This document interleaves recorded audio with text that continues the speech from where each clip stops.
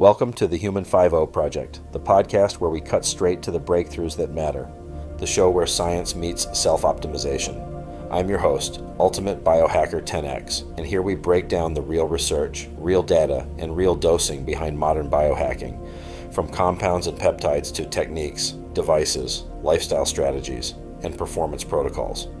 Most people jump in and jump out before they get the gold, so we're keeping it tight and delivering the essential insights you need without the fluff.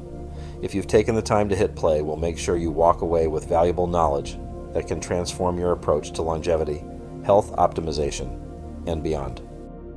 All right, today we're talking about 5-Amino 1MQ, and if you've seen the internet, you've seen the claims. Effortless fat loss, NAD plus turned on, exercise in a capsule. So here's what we're doing. No fluff, no fear, and no fairy tales, just what the science actually says and what it doesn't say yet. What's up, everyone? This is JP, aka Ultimate Biohacker 10X, and you're listening to the Human 5.0 Project, where performance meets longevity, and we trust but verify. This is the show where we actually read the studies so you don't have to. Quick disclaimer, this is education, not medical advice. 5-Amino 1MQ, often written as 5A1MQ, is not an FDA-approved treatment for anything. If you're pregnant, have liver or kidney disease, cancer history, uncontrolled anxiety or insomnia, or on serious meds, this is a talk to your clinician situation. And if you're a pharma groupie, sit by, watch, and wait. Way longer than a Monday men's golf day. First correction, right out of the gate, 5-Amino 1MQ is not a peptide. It is a small molecule, a quinolonium compound, often used in research as an NNMT inhibitor. NNMT, or nicotinamide N-methyltransferase, is the real star of the story. NNMT is an enzyme that takes nicotinamide, or vitamin B3, and methylates it into 1-methylnicotinamide, or 1-MNA, using SAM as the methyl donor. That process doesn't just make a new molecule, it pulls nicotinamide away from the NAD plus salvage pathway, which matters because NAD plus is central to cellular energy and mitochondrial function. In humans, NNMT is also linked to metabolic dysfunction in the real world, not just in mice.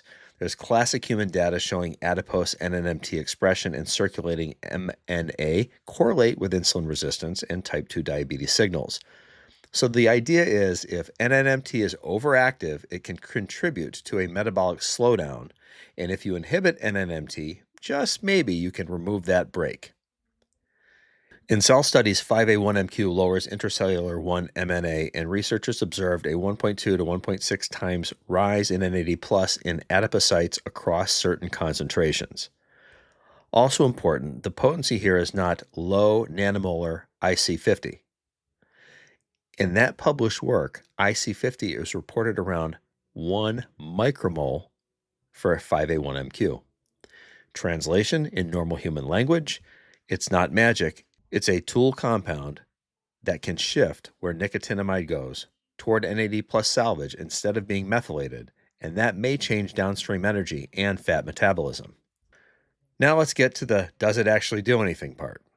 A major 2024 paper in Diabetes, Obesity, and Metabolism evaluated 5A1MQ in diet-induced obese mice for 28 to 30 days using once-daily sub-Q dosing. And they described groups like 10 milligrams per kilogram per day and 32 milligrams per kilogram per day. What they found in plain terms, dose-dependently limited weight and fat mass gain without tanking food intake, improved glucose tolerance and insulin sensitivity, and reduced hyperinsulinemia. Better liver outcomes, less steatosis and less macrophage infiltration, liver triglycerides and markers improved. They also looked at PK and tissue distribution and described distribution to metabolically active tissues like adipose, muscle, and liver after dosing. So if you want the cleanest summary, in obese mice, NNMT inhibition with 5A1MQ improved metabolic markers and fatty liver pathology. This compound family isn't just about fat. There are studies in aged mice showing NNMT inhibitor treatment can significantly improve muscle performance metrics.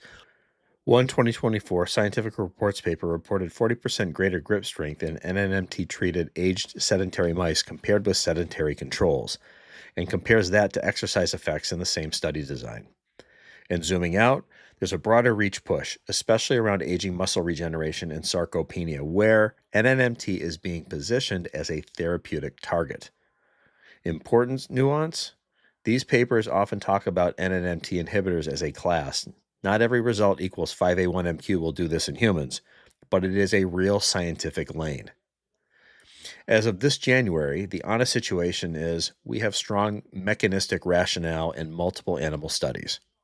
We have human correlation data showing NNMT activity markers relate to insulin resistance. But I did not find published interventional human clinical outcomes for 5A1MQ itself in the major public registry sources during my review for this episode. So the internet transformation stories, that's anecdote, not clinical evidence. Treat it like a loud rumor until proper trials land. Let's talk risk like adults. 1. Methylation homocysteine lane. NNMT uses SAM and produces SAH, and the NNMT system intersects with methylation biology. There are reviews discussing NNMT activity being associated with lower NAD+ and potentially higher homocysteine, depending on context. That doesn't mean 5A1MQ spikes homocysteine in humans. It means this pathway touches important chemistry, and long-term human safety needs real data. 2. Cancer biology is complicated. NNMT is implicated in multiple cancers and metabolic rewiring in tumors. That doesn't automatically mean inhibition is good or bad, just that this is not a toy pathway. 3. What the animal papers did and didn't prove. The 2024 DIO mouse study reports improved metabolic and liver markers and describes exposure distribution work. But safe in mice for a month is not the same thing as safe in humans for a year, so the responsible takeaway is promising but unfinished. Here's how I'd summarize 5A1MQ as of January 2026. Mechanism makes sense. NNMT is a metabolic regulator tied to NAD plus salvage in methylation chemistry. Animal data shows meaningful improvements in obesity-linked metabolic dysfunction and fatty liver signals. There's intriguing work in aged muscle performance in mice with NNMT inhibitor approaches. Human interventional outcomes? Not robustly published yet for 5A1MQ specifically, so anyone selling certainty is selling you vibes.